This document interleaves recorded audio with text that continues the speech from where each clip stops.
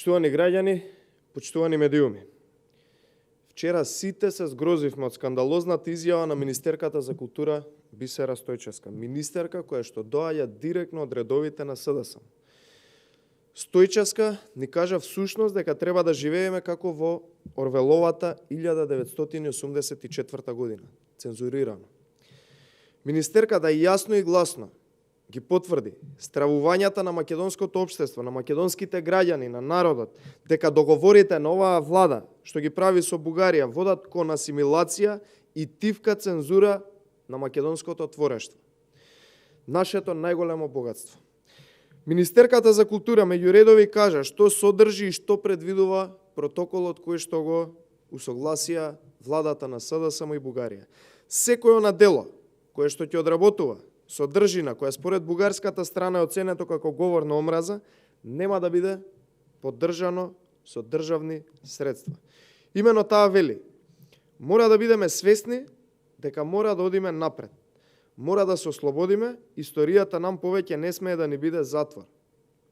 Ова го вели министерката за култура од СДСМ.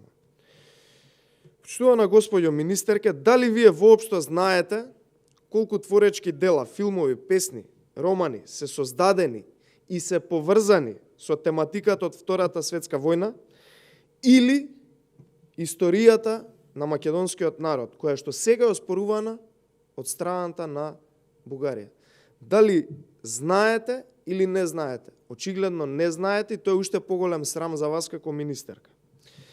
Знаете ли, министерке, дека ова кој е сега власта и кое што вие го правите е класичен тоталитаризам кој што цензурира говор и кој ограничува творечка мисла на уметниците.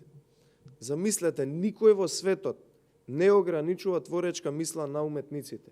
И сега повторно најверојатно ќе почнете како и во претходното време во комунизмот ќе почнете да создавате подобни и неподобни уметници. Најверојатно тоа ви е вашата цел.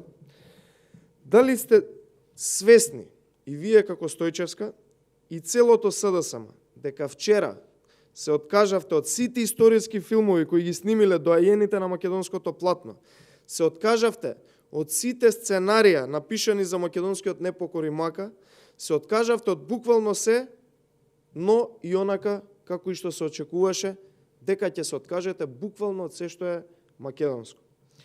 Да биде срамот поголем, министерката освен што сугерира забрана на творби со историска содржина, таа дава една бедна квалификација за досегашното творештво на автори, како например Петре Андреевски, кои имаат историски наратив, нарекувајќи ги мрачни времиња.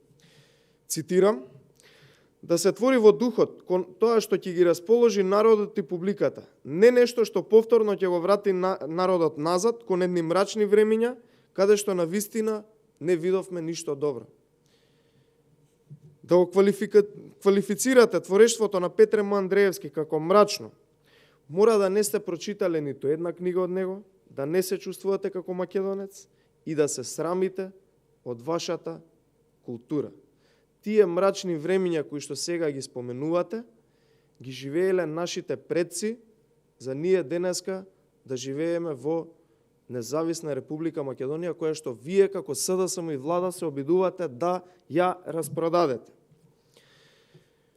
Очигледно, министерката за култура нема никаква врска ниту со творештво, ниту со дела, ниту пак со култура. Залудно е на тоа место каде што седи.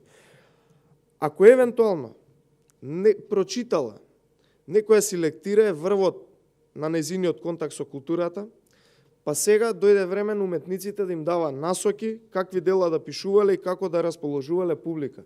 Вели да се пишувале само комедии. Најголема комедија во оваа држава е СДСМ. А таа комедија СДСМ најголемата трагедија нанесува на Република Македонија. Срамно и бедно. После ваков скандал, Стојчевска треба да си поднесе оставка, бидејќи министерка што се срами и ја цензурира сопствената култура, не може да биде министерка на Република Македонија. Срамно и бедно. може да биде само министерка која што одработува за туѓи интереси. Благодарам.